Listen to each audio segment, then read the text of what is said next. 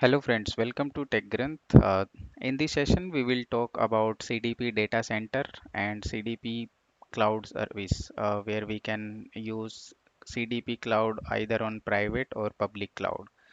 We will see what or the difference between CDP data center and CDP cloud in some more detail, and what are the use cases for CDP running on-prem or on clouds.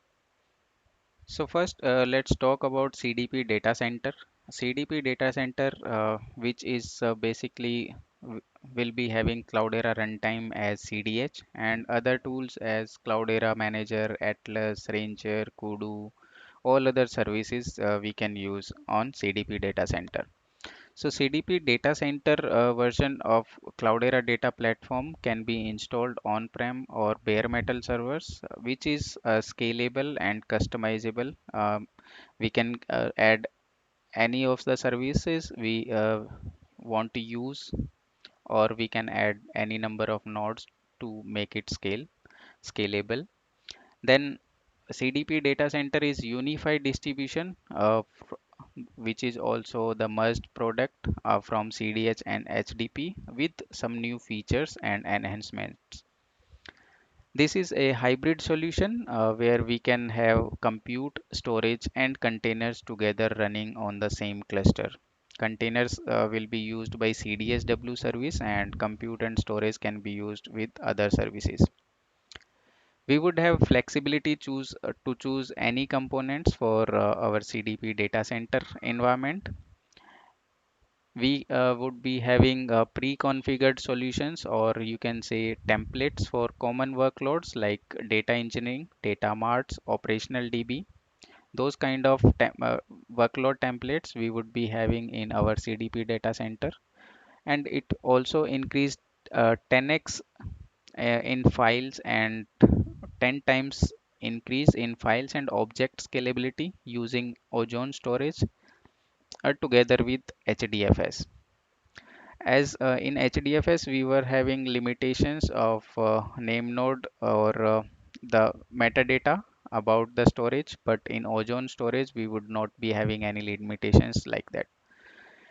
We can also use a CDP data center cluster for our real-time stream processing and management using Kafka, NiFi, Stream Messaging Manager, and Streams Replication Manager tools or services. We, CDP data center can also be used for higher performance SQL analytics using Hive LLAP, Hive OnTage, and Impala services as well. But in CDP data center, you can see we would have compute and storage together, and that will be having some issues for noisy neighbors. You can say like some of the users can run any heavy query or heavy job which can take all of the resources and block all those resources for another users. So the job or query or another users will start get failing. So that's why we want to separate compute and storage. And let's see why we want to separate storage from compute. There are some more reasons. First of all, cluster traditionally, as I said, traditionally all the Hadoop clusters, be it Cloudera or Hortonworks, those were having co-located storage and compute, which is fine for a single tenant cluster with predictable workloads, but for multi-tenant, it not works well, which leads to noisy neighbor problem on multi-tenant clusters. As I said, as utilization in we can increase the utilization, or utilization increases, performance will start decreasing. And we can add more nodes which can increase capacity, but that will not provide any isolation to the cluster or users. We can also split the cluster, which will add isolation, but that will make the administration task a little bit complicated. So in CDP public cloud environment, we would be able to make it possible to to make separate compute and storage, where the main role will be performed by SDX, which makes it possible to have shared data across multiple compute clusters. So all the storage will be in the HDFS or Ozone or any of the cloud storage, and on top of that, SDX will use that storage or its policy or access or lineage auditing or governance, metadata, schema, or migration. All those kind of tasks will be handled by SDX, and it will provide same data experience, or we can say shared data experience across multiple compute clusters or any of the cluster. SDX delivers consistent data security and governance across a CDP environment, be it CDP data center or CDP public clouds or private cloud environments. So what kind of workloads we can have in our CDP environment, and which services will be used for those, and what are the use cases for those environments? Let's see that. We have CDP, you can call it CDP additions, where we have CDP private cloud uh, with CDP data center. And the difference between CDP data center and private cloud is just that in CDP data center we can have all the services we can install on on-prem or bare metal servers on virtual machines. But in CDP private cloud, we can also have data warehouse or machine learning clusters as well on the cloud or our public private cloud. So these CDP private cloud can be used for data management and analytics platform, which is basically for on-prem clusters. And on the other hand, we have CDP public cloud, which we can create on AWS, Azure, or Google Cloud.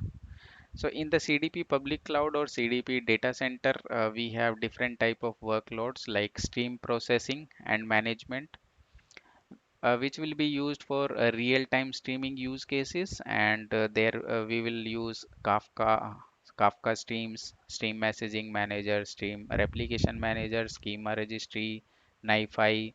Those kind of services will be used for real-time streaming use case. Then we have operational database or database workloads, which we will be used for low latency reads and writes for OLTP, online transaction processing. And there we can use different services like HDFS, HBase, Ranger, and Atlas. Ranger for authorization, and Atlas for auditing and lineage or governance purpose. Then we can have data mart or data warehouse workloads, where which will be used to browse, query, and explore data in an interactive way, where we can use different services like HDFS, Yarn Queue Manager, Ranger, Atlas, Hue, Impala, and Hive Metastore. Impala will be using Hive Metastore, and all those Impala queries can be run from Hue. Then we can have data science and engineering workloads, which will be used to ingest, transform, and analyze data, where we can use different services like HDFS, Yarn Queue Manager, Ranger, Atlas. And here we will be using Hive on Tej, which will also use Hive Metastore, and those queries can be run on Hue Web UI. And we will also use Spark for our jobs, and Uzi for scheduling those jobs, and Data Analytics Studio as well. These were the four kind of workloads we can use for CDP data center or CDP private cloud. On CDP public cloud, we can have Data Hub, data warehouse, and Cloudera machine learning workloads. So Cloudera machine learning clusters or environments can be used to burst our machine learning model training and large scale batch scoring to the cloud, any of the public cloud or services, where we will use end-to-end machine learning with the Cloudera machine learning tool with data born in the cloud. What is data born in the cloud? Let's see in our next slide. So we have basically two use cases for using CDP cloud platform, or where first is burst to cloud and second is born to cloud. You can say burst to cloud means we are having data on our on-prem cluster, which we can migrate that on-prem CDH cluster workload to public cloud by replicating that data and creating data hub clusters to host that workload. And second is born in cloud, where all that data will be already existing in data in the cloud, and we will provision data hub clusters to run our workload on that existing data in the cloud. So bus to cloud will have some steps we have to perform. First, register our on-prem cluster in CDP in data hub clusters. Then we will use workload manager to generate a workload, a data movement and compute capacity plan. Then we will use replication manager to migrate our workload to S3 or ADLS or GCS. Then we will create a data mart cluster or spin up a data warehouse instance there and use Impala to run queries on that migrated workload. On the born in clouds scenario, we will create data engineering cluster and ingest the data into managed Hive tables. Then create a data mart cluster and use either Hue to submit query, or we can also use Tableau or another BI tool using JDBC connector. Then we can use workload manager to analyze those Impala queries and Spark jobs for resource consumption and performance tuning as well. So these are the mainly two use cases for CDP cloud, and regardless of any of these use case, our first step would be uh, to involve synchronize our identity provider in CDP so that user can access to CDP and authorize to access specific resource within CDP. So that's all about this video. I hope you would be able to understand all these concepts, and if you are having any issue or you want to explain me explain some more about these concepts, then you can write in the comments. And thank you. Thanks for watching. Keep watching, keep sharing. Thank you.